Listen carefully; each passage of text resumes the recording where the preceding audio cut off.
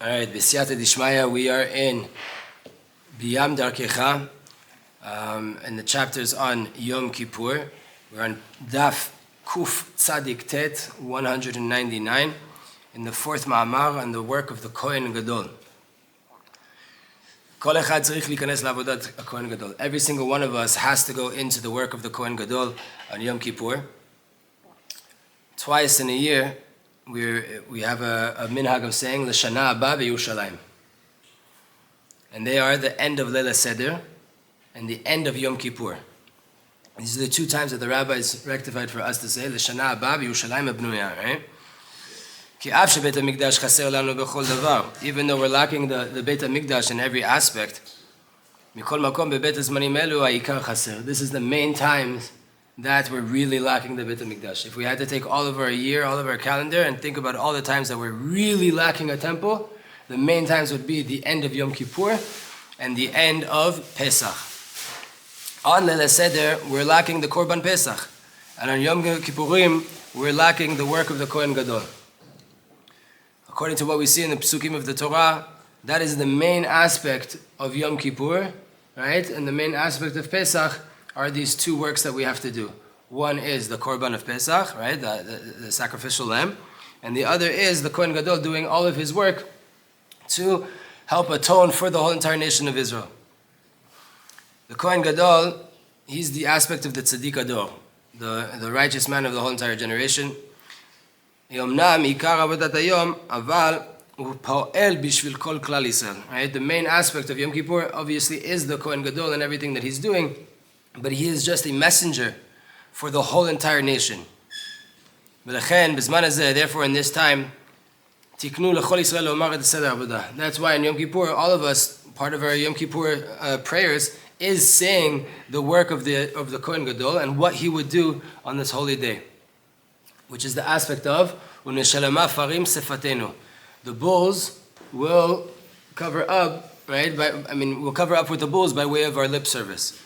And the depth here is that every single one needs to connect himself to the Kohen Gadol and to the work of the Tzaddik Ador, the Tzaddik of the generation that is working to bring down a kapara, that's working to bring down an atonement for the whole entire nation. And you have to connect according to where you're at, according to your level and according to your aspects. And we have to do this with an internal emotion and with a connection to what we're saying in our mouth, right? It's not just to read the words of the Kohen Gadol every Yom Kippur. We have to feel it in our heart and know what's going on. And to work internally inside our inner chambers of our heart, that wonderful work that the Kohen Gadol does on Yom Kippur. We know that the smoke of the Ktoret would completely fill up Beit Kodesh HaKodeshim, right? The Kohen Gadol would use some incense, and there would be such smoke that there would be like a thick cloud of smoke inside Kodesh Kodeshim when he had to go inside there. The main aspect of the Kohen Gadol is when he would go inside and do Ktoret on the Gechalim, on the coals inside Kodesh HaKodeshim, the Holy of Holies. The idea of a Gechal, of a coal, right? The coals that they would burn the incense on, on the outside a coal looks as if it's extinguished. It doesn't look like it's on fire. It could look like it's even not hot. But inside of it, there's hidden inside of a coal a very, very intense fire. And when you put herbs on top of this coal, then the power of the fire, the internal fire that's inside the coal, burns them. And like it's an internal fire, it burns the external aspect of the herbs, right? The inner fire of the coal burns the external aspect of the herbs. And that causes that the smell, the fragrance that's inside these incenses, which is the pnimiyut, which is their inner aspect, right? We take a bunch of leaves. Externally, they look like leaves, but internally, they have a beautiful fragrance. We take that, and the pnimi of the internal aspect of the coal reveals the internal aspect of the herbs, of the incense.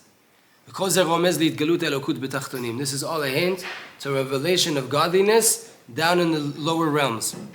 Because externally, with our physical flesh eye, simply all we see is creations. We see everything separate. We see everything as an individual entity separate from Hashem. But the truth is, internally, that all of our vitality, all of our life force is only from Esha Pnimit, from the internal fire, from the light of the Creator. And like the coal, that it seems like it doesn't have fire, right? The coal you don't see flames coming off of a coal usually. It just looks like a rock. But inside, all of the power of the fire is hidden inside that coal. And by way of recognizing the fire, meaning by way of recognizing the light of Hashem is hidden inside every single thing we're experiencing in our world, then we're able to burn and nullify the external aspects of this world by way of recognizing the fire inside. That's the klipa that's covering up the godly light that's inside the creation. Because all the power of the klipa to confuse us is by way that they cover up the truth, that all of the pleasure and all the vitality, the vitamins in the food, everything that you're going through, right? The neshama that's behind the words that printed on the book, there's an internal aspect to everything. And that's all from HaKadosh Baruch Hu, it's all from Hashem. And the klipa presents it as like a complete vision, illusion to everybody, as if the pleasure and the power is in the thing that you're seeing with your physical eye. But by way of recognizing that all of the pleasure that we have in physical things, the true aspect of it is the godly light that's inside of it, then our pull towards the chitzoniut, our pull towards the physicality and the external aspects of life is nullified. And when we merit to nullify the external aspects of this world, everyone according to his own level or her level, then godly light and godly delight is revealed. The light of the neshama starts to become illuminated with the light of Hashem. V'lechu v'nelecha be'or Hashem. Walk and let's go out in the light of Hashem. And this is the secret of the reach, of the fragrances of the incense, which is the ta'anug of the neshama, the loftiest sense that we have out of our 5 physical senses, is the sense of smell. Right? So what are we doing here? We're taking a coal that doesn't look like it has a fire. It just looks like a rock that's not even so hot. Inside of it is hidden a burning fire. And we take physical herbs and fragrances and incense, we put it on top of that coal. The inner aspect of the coal, which is the fire, burns the external aspect of the incense, and is revealed the inner aspect of the incense, which is the smell. The pleasant fragrance, excuse me. And then we have ashan that comes up. We have smoke that comes up above. It starts to rise. Reach nichoach laHashem, this pleasant fragrance to HaKadosh Baruch Hu. Because this reveals the internal aspect of all the souls of Israel. That in the most truest point, they just want godliness. And right now, their inner aspects that they believe in Hashem completely and their heart is only to Hashem is being revealed. And it's known that ashan, right, smoke, is a notorion, like an acronym of Olam, Shana, Nefesh. Space, time, and soul. Meaning, to reveal godliness down below in a complete way, in all of its aspects, which is the whole entire world. The time, the aspect of time is that time of Yom Kippur, and specifically, meaning, but you want to reveal it all your life, right? In the whole entire world, everything that you're going through, you want to reveal God. At any given time, in any different aspect, and specifically to you, every single creation. And it's known also, another funny joke, whoever understands will understand, that gematria of smoke in Hebrew is 420. If you understand that, go ahead. What is the idea of ascending up above? It's to reveal the fact that the smoke rises up, this olam, shana, nefesh, this space, time, and being, soul, rises up like smoke. What is that? That everything is being returned back to its root, to its supernal root in Shemayim, to show that everything comes from Hashem and everything will return to Hashem because Hashem is everything. Also, the Ktoret is daka mina daka. They used to grind it very well, right? To make it completely fine. To show that in order to merit to this recognition, a person first has to completely grind up the physicality. Physically, you have to take all of your physical aspects and you have to grind it up. to completely remove yourself from the things that you don't need in life, from the motorot, what's called the excess things that you don't need in your life. Everyone according to his level. And on Yom Kippurim, you do it even more. During the whole entire year, they would grind up the incense. On Yom Kippur, it's called Daka Mina Daka, the finest grinding that you could get to. Because only that is the only way that you could merit truly to nullify the whole entire external aspect of this world and to see only the true light that's inside of the light of Hashem. And this is our work, everyone from Am Yisrael. When we say the Ktoret, every day when we say Ktoret, but even more so on Yom Kippur, to contemplate, to return our heart to Hashem, and to take upon ourselves, you with your Creator, to live according to your aspect, like the Cohen Gadol, to connect yourself completely to the Cohen Gadol who's doing this work. In the beginning, you take upon yourself to grind the Ktoret, to grind the incense, to grind the physical aspects of your life and to break them down, to remove yourself from the things of physicality that you don't need so much, and to take upon yourself Ol Malchut Shamayim, right, the kingship of Hashem. And after that, you go to prepare the gechalim, you go to prepare the coals. Meaning, what is that?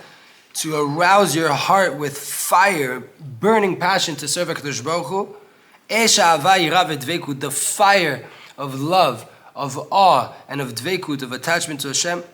And after you already merited to feel this Esha Gluya, this revealed fire, then you turn to contemplate on the oneness of HaKadosh Baruch Hu, the Yichud Hashem, and to reveal and to feel the fire of the Creator, the internal light that is inside the whole entire creation, and inside of you specifically.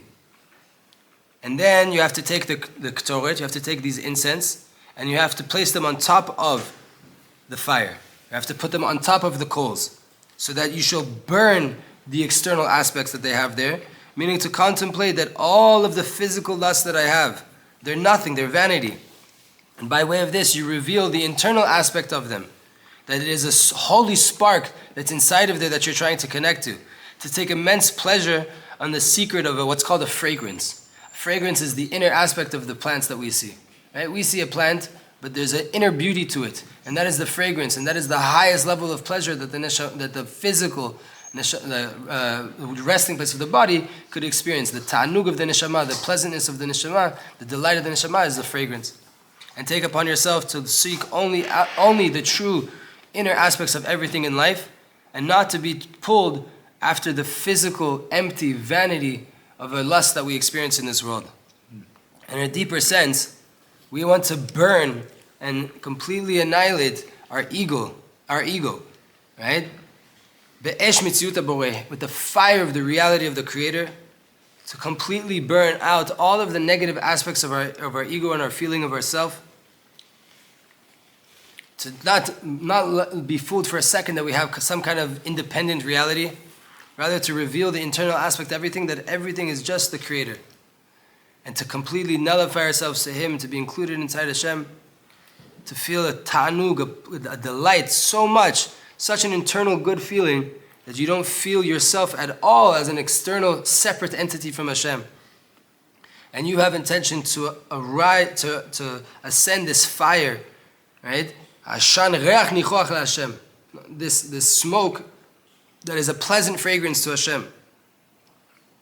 And to scream with your whole entire heart to our Avinu Shebashamayim, to our Father in heaven, Ani bepnimiyuti rotzeh rak otcha v'ma'amin becha b'shlemut. Internally, all I want is you, and I believe in you wholeheartedly. And then you have intention to connect yourself up to above all the time, which is the secret of the smoke that's rising straight up, right? It would go straight up. It wouldn't start to go to the sides or anything. The smoke of the Beit HaMikdash would rise in a column. Like we said, smoke again is Ashan. Ashan is Olam, Shana, Nefesh. All of the things that I'm going through in life, all the situations I could find myself in, meaning any place I could find myself in, any situation, right? Any time, which is the Shana, and me, any time of any form of being that I am at any given moment. I want to elevate all of that up straight in a pillar, straight to the Creator. And then we have the 10 times that the Yud Kei Vav Kei is mentioned by the Kohen Gadol. The Kohen Gadol would mention Hashem's name outright, the Yud Kei Vav Kei that we don't say, he would say it 10 times on Yom Kippur. The idea of the Shema Meforash, the name that we don't mention, Yud Kei Vav Kei, is complete revelation of the reality of Hashem.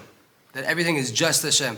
Because that's the root of everything and the vitality and the existence of everything in this world. And our work, everyone according to their own level, is to go into the work of Yichud, the oneness of Hashem. And when we come to say these 10 Havayot, these 10 Yud Kei Vav Keis in the work that we read of the Cohen Gadol, we have to feel the main aspect is En Od Milvado. There's nothing besides Hashem. And to drill this into our brain and into our heart, make sure that it's rooted there for the whole entire year. To live in this light, the light that it's all Yud Kei Vav Kei. En Od Milvado, there's nothing besides Hashem. Is that the only time in the year that the Kohen Gadol says this? No other time would it be said. So, and what's the idea of bowing down, right? It's known on Yom Kippur, we bow down like we used to pray all the time. The Muslims took this from us, right? 5 prayers a day comes from Yom Kippur. We do that once a year. They said, let's go over the Jews and do it all year long. We're going to do 5 prayers a day. And it's known that until they started to bow down like that, we would also bow down like that, right? If a Jew were to do the Amidah, it would completely get on the floor, laid out. Now we only do it on Yom Kippur. כשהיו שומעים את שם הנכבד והנורא המפורש יוצא מפי כהן גדול, היו קוראים ומשתחווים. Ishai Ribo made this into a beautiful song, Seder Avodah, right? But it's from the Mishnah. It's from the Mishnah of what would happen on Yom Kippur. When we would hear this name said, this amazing name by the Kohen Gadol, everyone would get down on their knees and completely prostrate themselves flat on the floor, laying down completely like a plank on the floor. What's the idea? It's extreme work that we do on Yom Kippur that has this very central part of the Avodah of Yom Kippur.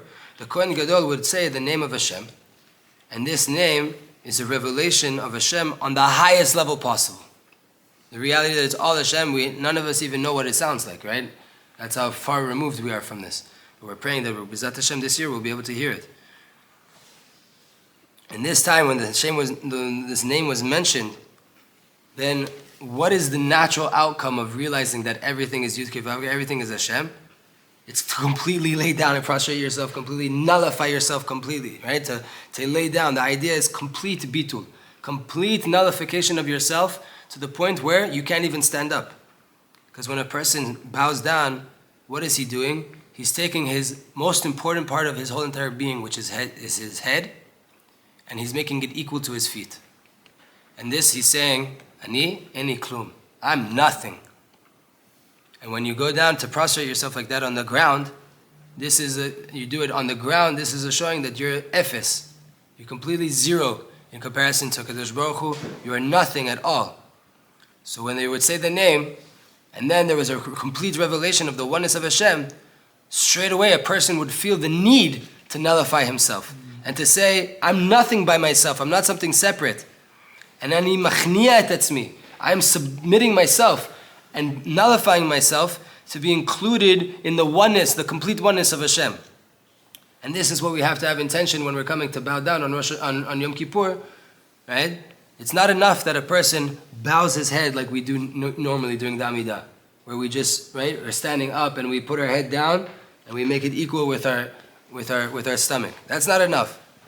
You need to feel that you are completely being nullified in front of Hashem, Adon Kol Haaretz, the master of the whole entire world.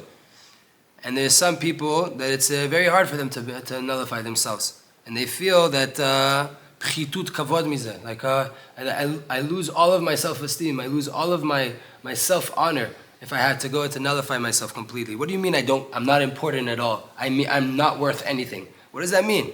And it's very hard for them to do this, to feel that they're actually efes, that they're zero, that they're not important at all, separate from Hashem.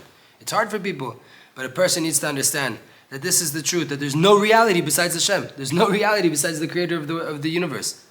And then, this is such a lofty thing. The greatest thing that you could ever do in your life is to cling to Hashem. That is the ultimate end-all be-all of a human being, is to cling to Hashem.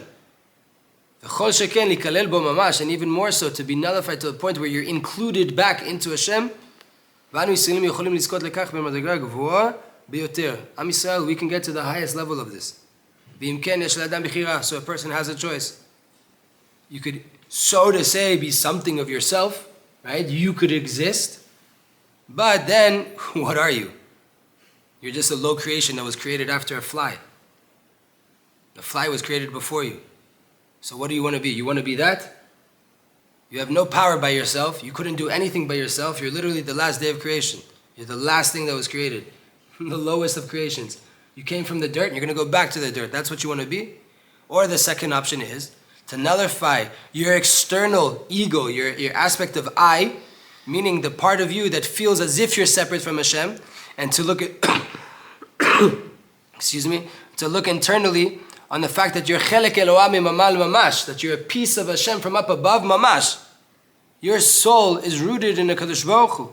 And the truth is, if a person feels that this is hard for him to nullify himself, it's only because he has klipot that's covering up his neshama. He has some husks, some layers that he's brought around his soul that are covering up the truth. And that's not you at all. You yourself is the soul. And your soul knows the truth. Knows that it's nothing without Hashem and it's just a piece of Hashem. And its whole entire goal is to come back to that reality. If you don't feel like you can nullify yourself, it's because you have layers over your neshama covering up the reality. So when you manage to purify yourself a little bit more and to remove all the klipot from you that are causing you to feel that you have some kind of importance yourself, as if you are important separate from Hashem, then you're going to start to feel immense pleasure, wonderful pleasure in nullifying yourself in Hashem. Because the true nature of this neshama is to completely be chelek mevutal mitoch haboreh, a nullified part of the Creator.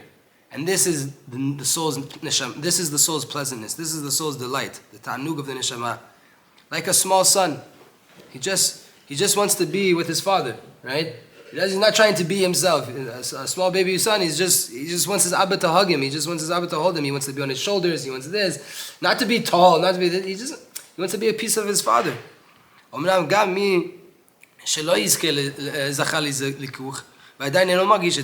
Even a person who doesn't merit to this, he hasn't merit to this, right? And he still feels himself.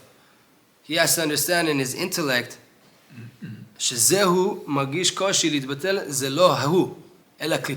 even if you don't feel comfortable nullifying yourself, you have to understand in your head that it's not you that feels that way. It's the klipot, it's the levels of layers of dirt on your soul, right? The soul is pure. It can never be affected, but it could be covered up.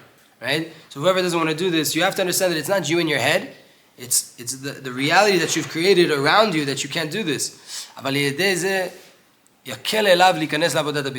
you understand intellectually what the truth is, then it's going to be easier for you to go into the emotional work of bitul. Because you're going to know that your soul is godly, and it wants and it's yearning all the time to be nullified and included back in its Creator. And then you're going to want to fight more and more and more to drill into yourself the truth that enod milvado yitbarach.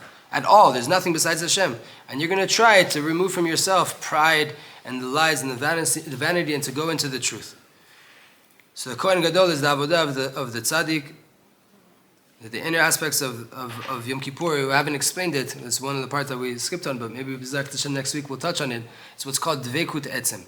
Clinging to Hashem at the highest level of dveikut, the highest level of attachment to Hashem, is a level where you have no revelations, where they take away all of the lights from you, but you know that at your core reality, if you exist, that means that Hashem is with you.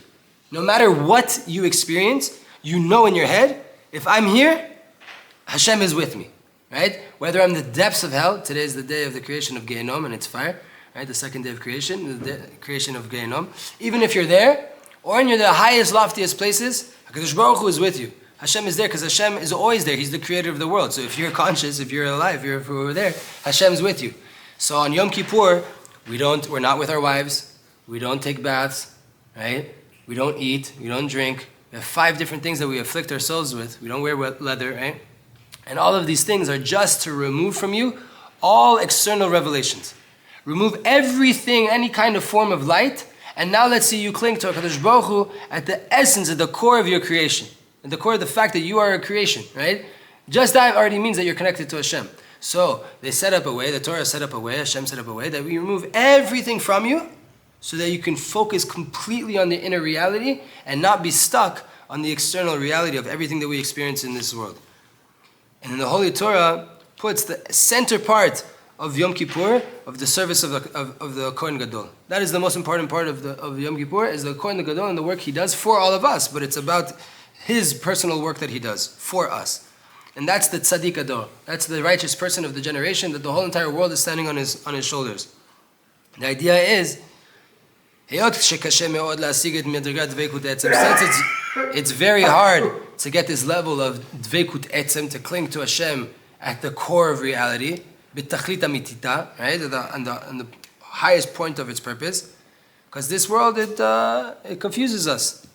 אפילו מי שמשיג מעט ממנו, עומד בשעת הניסיון ומצליח שלא לחפש האור אלא רק את השם יתברך בעצמו, מכל מקום קשה לזכות למדרגה זו בתמידות. Even a person who here and there merits to cling to Hashem without any light, without any revelations, it's very hard to stay on this path constantly.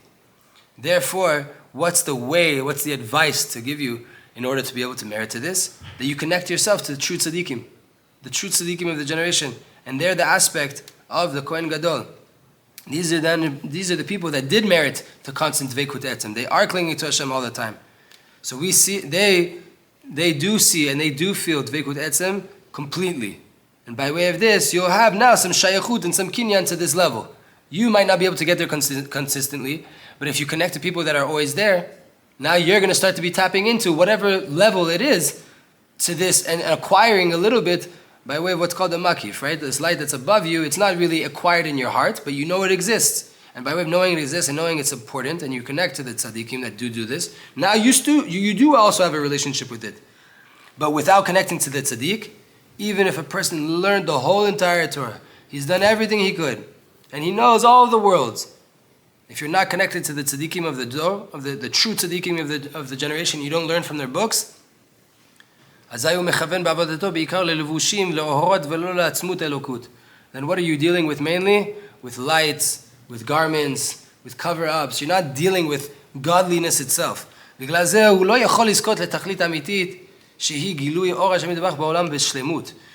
get to the complete point, which is revealing Hashem completely in this world. And how do we connect to tzaddikim? It's a footnote here, to know how great they are, to know that they receive the Torah in the deepest way possible, much, much, much more than us, and they live the complete life, the complete truth completely. And by way of us connecting to them, we feel their sanctity, right? Their kedusha. They will help us to merit a dveikut to Hashem. Ba'or haketer, dveikut etzem, the highest level possible. It's clear, it's known, right? It says in the Gemara, in the Ketubot, I think in the Kuf Yud Aleph, 111, that we have a mitzvah from the Torah. It's mentioned 3 times. You have to cling to Hashem. The Gemara asks the question, how can you cling to Hashem? Hashem is a fire, consuming fire. So what does it say there? Marry your daughter to a Talmid Chacham, do business with a Talmid Chacham, pretty much connecting to Talmidei Chachamim, who they are connected to Hashem in Dveikut, then that's your way to get to Dveikut. So our advice to keep the mitzvah of Dveikut that's mentioned in the Torah is one of the highest things that we can do in our whole entire life, is by way of connecting to those people who actually can do it all the time. And then we have the secret of the Sira Mishtaleach, the scapegoat, right? That was thrown away le'azazel, right? On Yom Kippur, we have the secret of the Sira Mishtaleach, the scapegoat that was sent into the canyon. The idea is explained in the Zohar Kadosh that we are sending away achizat hara, siluk achizat hara, getting rid of the grasp of evil. Al yedei shenotnim lo et chelko, by way of giving him his portion. Hold on to your seatbelts, guys. This is going to sound a bit weird, but it's part of the Torah, right? There's certain aspects that if it wasn't in the Torah, then we wouldn't understand what's going on, right? What is it? Af shebevadai ein anu atzmenu notnim lo. We ourselves, we're not giving the Yetzer Hara anything. Ela anu rak osim et tzivui Hashem yitbarach. We are doing the commandment of HaKadosh Baruch Hu. So to say, Hashem gives him his portion. Even though that's the case, we have to contemplate, why do we need to give him anything and to give him a portion, this other side? Why are we doing anything for him? We should be disgracing the Yetzer Hara and not giving him anything. But it's written here, a very deep secret. Hashem revealed to us the proper way of dealing with evil, the proper way of dealing with negative forces. On one side, in this point, in this time, we're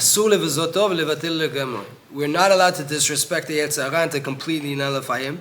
On the other side, we have to get as far away from him as possible. And to be very careful of being connected to evil, being connected to negative sides. Therefore, we give him a little bit. And the idea of the siro mishtalech, the scapegoat. And he's so happy by this little bit that he gets that he separates himself from the kedusha and he doesn't look to hold on to it. And then, when he's not connected to the good, when he has no portion in the good because he's busy with his portion, then we're able to ascend. כי כל זמן שיש תערובת עם הרע, אי אפשר להגיע לקדושה באמת.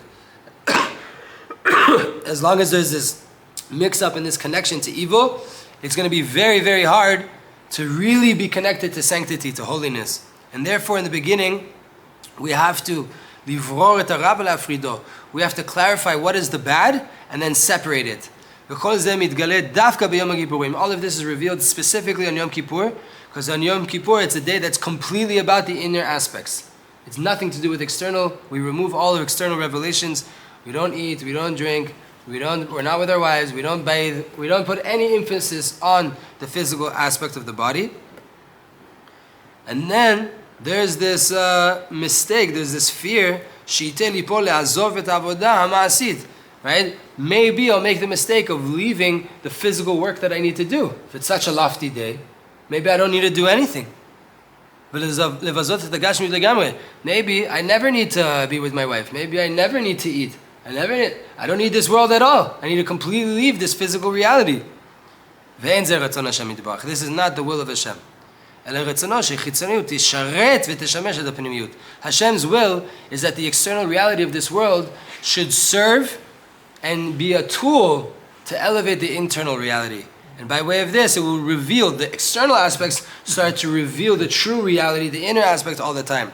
Therefore, Hashem says to us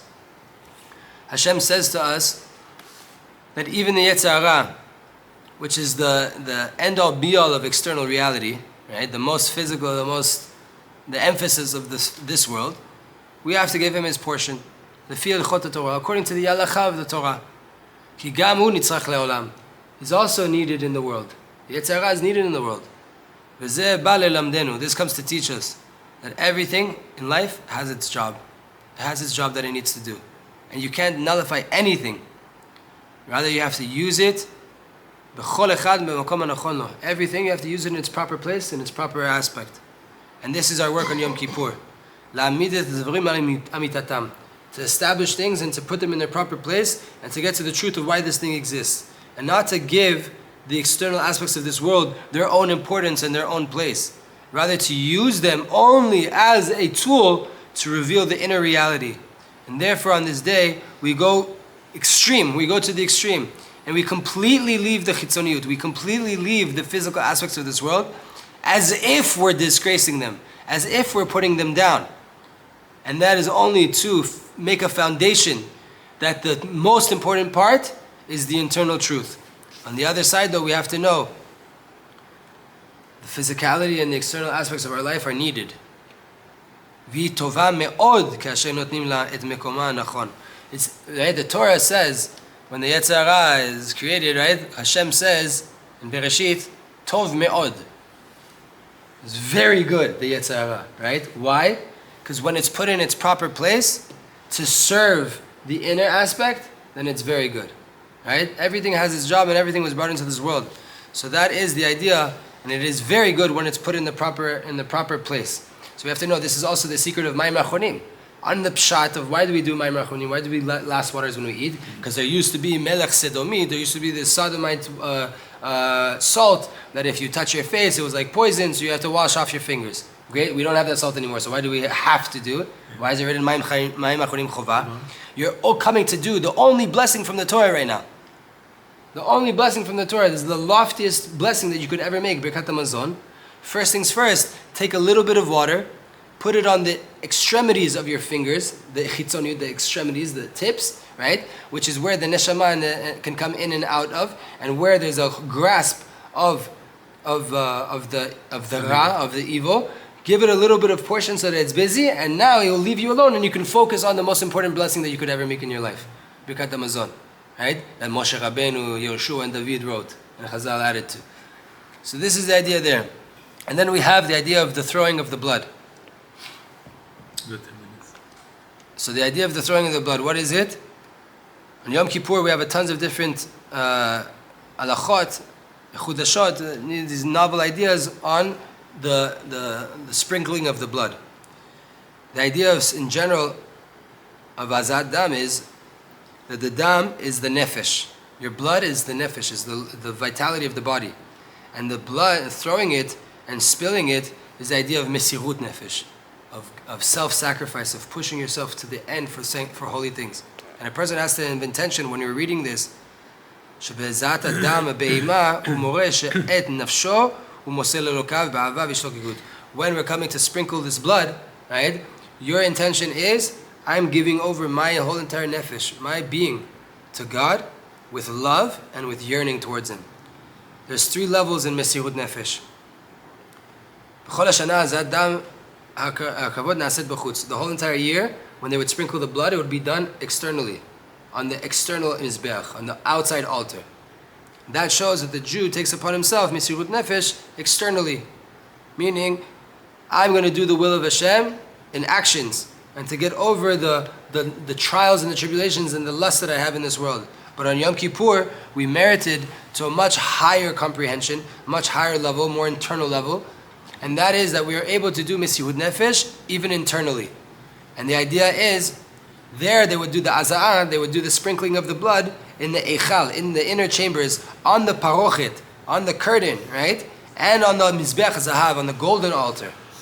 Meaning that it's not enough to live only to live externally by the will of Hashem and to get over all the external things, right? But we have to get to a level where our heart is living with Hashem and our heart is connected to Hashem. There that we should feel also the truth and will be included, and we won't want bad at all. And we also manage to do it in the most inner aspects. That is the idea of ben abadim, between the poles that they had on the aron, right? They had poles on either side of the aron that we never took out, and they would also sprinkle blood between the poles in Kodesh HaKodeshim, in the Holy of Holies, meaning it's not enough to act according to the will of Hashem and to feel according to the will of Hashem, to feel the truth. We also have to think the truth, right? The Aron is like our head. We had ben abadim between these 2 poles of the head, right? Ben abadim, right? So meaning that the most internal part of the person, which is his brain, should only see truth, and his perspective on everything should only be according to the truth of the oneness of Hashem, the unity of Hashem. So there's 3 levels of living emunah. B'ezrat Hashem, we're going to explain them now. Chitzoniyut, pnim, lifnim, lifnim. There's the external aspect, there's the inner aspect, and there's the inner of the inner. It's an example for a person who's walking in the street, and a person comes and pushes him. Right? He doesn't mean he's a mean person. He comes and he pushes you, and he pushes you down to the ground. What's the natural response of a person in that? To get angry at the person, to answer him with anger. If it's a little bit of anger, but the natural response of a person, if you get pushed down to the floor in the middle of the street, is to get angry. But according to the truth, there's nothing to be angry at him about, because really everything's just from Hashem. And that person, all he is an emissary. He's a shaliach of Hashem. He's been sent by Hashem to do that to you. A person will never cut his finger down below in this world if it wasn't decreed up above. And like Adonenu David Melech, like King David said to his people, that they shouldn't go after Shimi ben Gera, that he cursed him, right? David Melech is getting cursed by a person, and what does he say? All his people say they're cursing the king, it's off with his head. And what does David Melech answer them? Hashem amar lo klal, right? Hashem told him to curse me, don't touch him. And this is dependent on the level of man. Because a person who's moser nefesh only externally, right, which is the outer altar, he has emunah in his actions, it's the outer altar, then he's going to get over it and he's going to stop himself and he's not going to respond externally with actions. He won't say anything, he's not going to punch the guy in the face, he's not going to do anything externally. אבל במוחו הוא יחשוב שזה עוול. You're going to think in your head, what a prick, right? What an evil person. Right? וגם בליבו יהיה לו תרומת על... You're going to have all these thoughts about this person. You're going to have a grudge against him. You're going to think he's a wicked guy. You're going to, in your head, your head is filled with things against him. ורק למעשה בפועל הוא לא יבלום את עצמו מחמת האמונה. Because if you're אמונה, you're not going to do anything to him. But in your head, you want to off with his head, right? You would love to just give it to him. But a person on a higher level who's moser nefesh on the truth of Hashem in pnimiyut, right? Internally within the eichal, in the chambers, meaning inside his heart, then not only is he going to conquer his actions to not respond in any way, he's also going to conquer his heart to not get angry on the person. He's going to repeat to himself words of emunah until the anger completely disappears, right? He doesn't have any anger. But in his brain and in his thoughts, he still thinks, after all, even though I'm not angry, that guy, he's not okay. That person is not okay. But whoever merits to the highest level, lifnai v'lifnim, to kodesh HaKodeshim, the inner chambers of the Holy of Holies, then, ומזה את אדם במסירות נפש על הנקודה הפנימית ביותר שבו במדרגה זו. You start to sprinkle the blood on the highest part that you could. And if something like this happens to you, not only are you not going to answer physically with actions, you're not going to curse him out and you're not going to punch him. And not only are you not angry in your heart, you're not even going to see bad in this situation. That's a high level. From the beginning, when you were pushed down by this person and pushed down to the ground, you don't even see a person. You see Hashem put you down on the floor. There's no person to be angry at. It's just a messenger completely. Straight away, you're going to see that everything is for your complete good. That is the highest level that we could live with emunah. That you don't even see a person, you just see Hashem just did you a huge favor, He pushed you down to the ground. It's a very, very lofty level, right? But you have the outer altar, you have the inner altar, and then you have Ben Abadim between the poles. So what's the complete order? When we have this halakha of aza'ah, this halakha of the sprinkling of the blood, in the beginning, you do it Ben Abadim. The proper order is to do it first things first in your brain. And after that on the parochet and on the mizbech zahav, on the golden altar and on the curtain.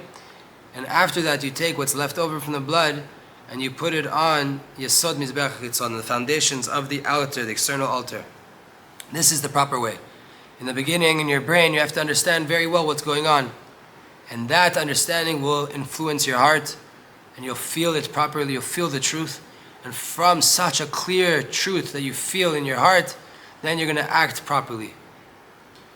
And even though you could just sprinkle on the external altar and to completely act you can act right without a complete comprehension in your brain, right? A person could get to a level where you don't fight in the street without really in your head being completely knowing it's just Hashem. It's true, you could do that, but that's not completion. That's not a perfect act. That's recognizing that in your brain, this is what I need to do. This is the right thing to do. But you don't really feel it. You feel the need for it. And from an understanding, right, then you get to this level. But the shleimut, the complete aspect, is not only that you understand that this is what you have to do, you really think and you live it out. And then the action is on a much higher level when you don't go to hurt that person, because it's not from I want to punch him, but I'm not going to do it because that's not the right thing to do. You don't even want that. You're just on a much higher level. Your action now is so much elevated. Our actions are expressions of what's going on internally. Every action is just a tool that expresses an internal intention. For example, two people are sitting together to learn. Even though they're sitting down equally, they're completely level, right? Two people sitting down to learn together, they're doing the same thing. They're completely level. One person is learning because they promised you money, and the other one is doing it because he wants Torah and he wants closeness to Hashem. And his heart is completely on fire. He wants to be close to HaKadosh Baruch Hu. Externally, they're equal. They're both sitting down learning Torah. They're both doing the exact same thing. But when we start to put together the parts of the heart and the intention and the actions together, then we're going to see that the first person, he's screaming, I want money. And in the other one, what is he doing? He's doing the exact same action, but he's screaming, I want God. Right? Because the action is revealing the inner aspect of the heart. What really matters is what you have inside your heart. Only externally are your learning equal, is your action equal. But if you look with an internal perspective, and bochen kelayot valev, Hashem, who He is the understander of what's going on in our kidneys and in our heart, then all the external action is coming to reveal an internal truth. In every action, a person is screaming something out, and that's the main thing. Ki rachmana liba bai.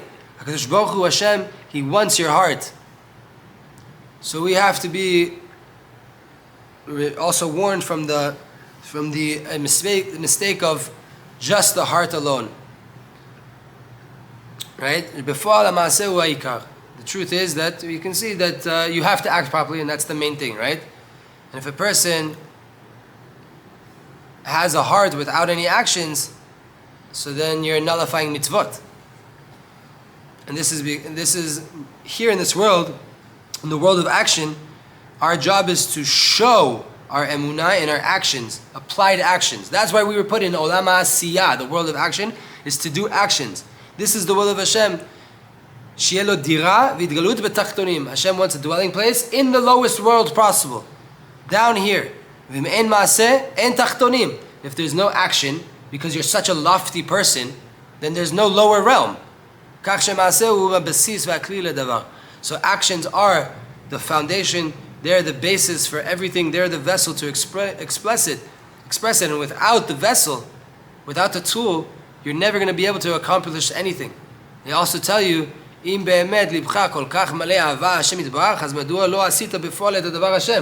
your heart is so filled with love of Hashem, and you're always contemplating about Hashem, and you love Him so much, then why aren't you doing the actual actions what Hashem told you to do? Right? We're not talking about a person who is forced that he can't do it, right? Because that counts as if he did do it. A person who wants to do something but he cannot do it, right, for whatever reason, whether it's held against his will, or he's sick, or whatever it might be, then it's as if he did do the thing if he really wants to. We're talking a healthy person in a normal situation. You think you're so holy, then why aren't you keeping the Torah? Hashem said to do this thing and not to do that thing. It can't just all be in your heart. You have to express it out. He put you in a world where He wants you to express it. For sure though, the heart is what Hashem wants the most. And it's already written in the Zohar,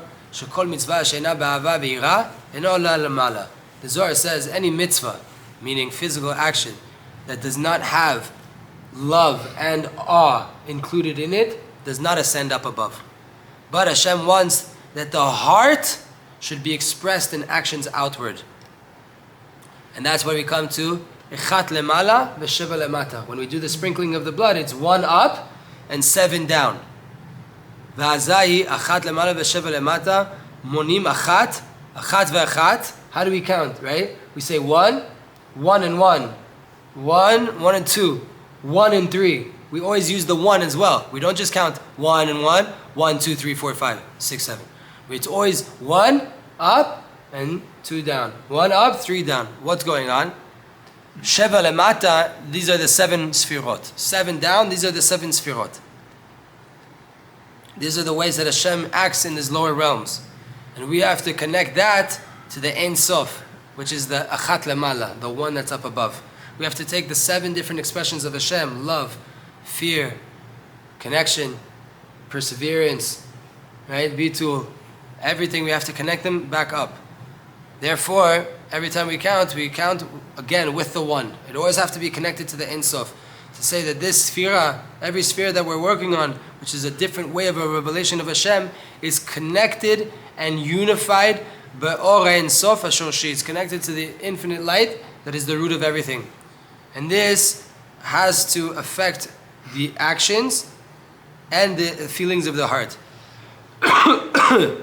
To arouse our heart and to have intention, la'azot et adam, to sprinkle the blood, meaning to take upon ourselves misirut nefesh, to self-sacrifice, and to understand and to feel that all of our actions and all of our emotions, they are included in the 7 midot and different ways of behavior in this world. All of them are connected to the Ein Sof. Ki hu koach hakol. This is the power of everything, and we are just tools to reveal Him. And every emotion that we feel, any action that we do, we have to unify it with the ultimate truth, which is the light of the Ein Sof. Baruch Hu. All of these shiurim were for Rev Menashe ben Harav Eliezer, and also Rav Amram ben Harav Yitzchak Yaakov. B'ezrat Hashem, may they both have a lilu neshama. And also for the refuah shelema of my wife Yochevet's grandmother, Sarah Leah Bat Feiga. B'ezrat Hashem. Anyway, I want to say that I say this every time you finish your piece. This is one of the best pieces I've heard you do, and I really commend anybody listening to this to really internalize this before Yom Kippur. I wish I could have heard this in the 60-odd Kippurs that I was preparing for up to this one. So, B'ezrat Hashem, we will continue with your wonderful limud, and we'll continue to grow. And thank you everybody for listening, and like and we said, all those who supported and donated towards this learning. And like it said here, we have to have connection to the true tzaddikim. And I also went through tons of Yom Kippurs without understanding what is Yom Kippur at all. Right. I used to learn the Siddur to be prepared to pray, but who knew what the heck we were talking about, right? Exactly. But when 1 you're up, connected, 7 down. I mean, who knew what that was about? But when you connect to the true tzaddikim, that they're living this and they're able to reveal these Torahs to you all the time, then your whole entire connection with Hashem, your wife, with everything will completely change. And that is our goal, so that we'll really start to live these things and understand them in our heart. So I bless everybody here also to get these books.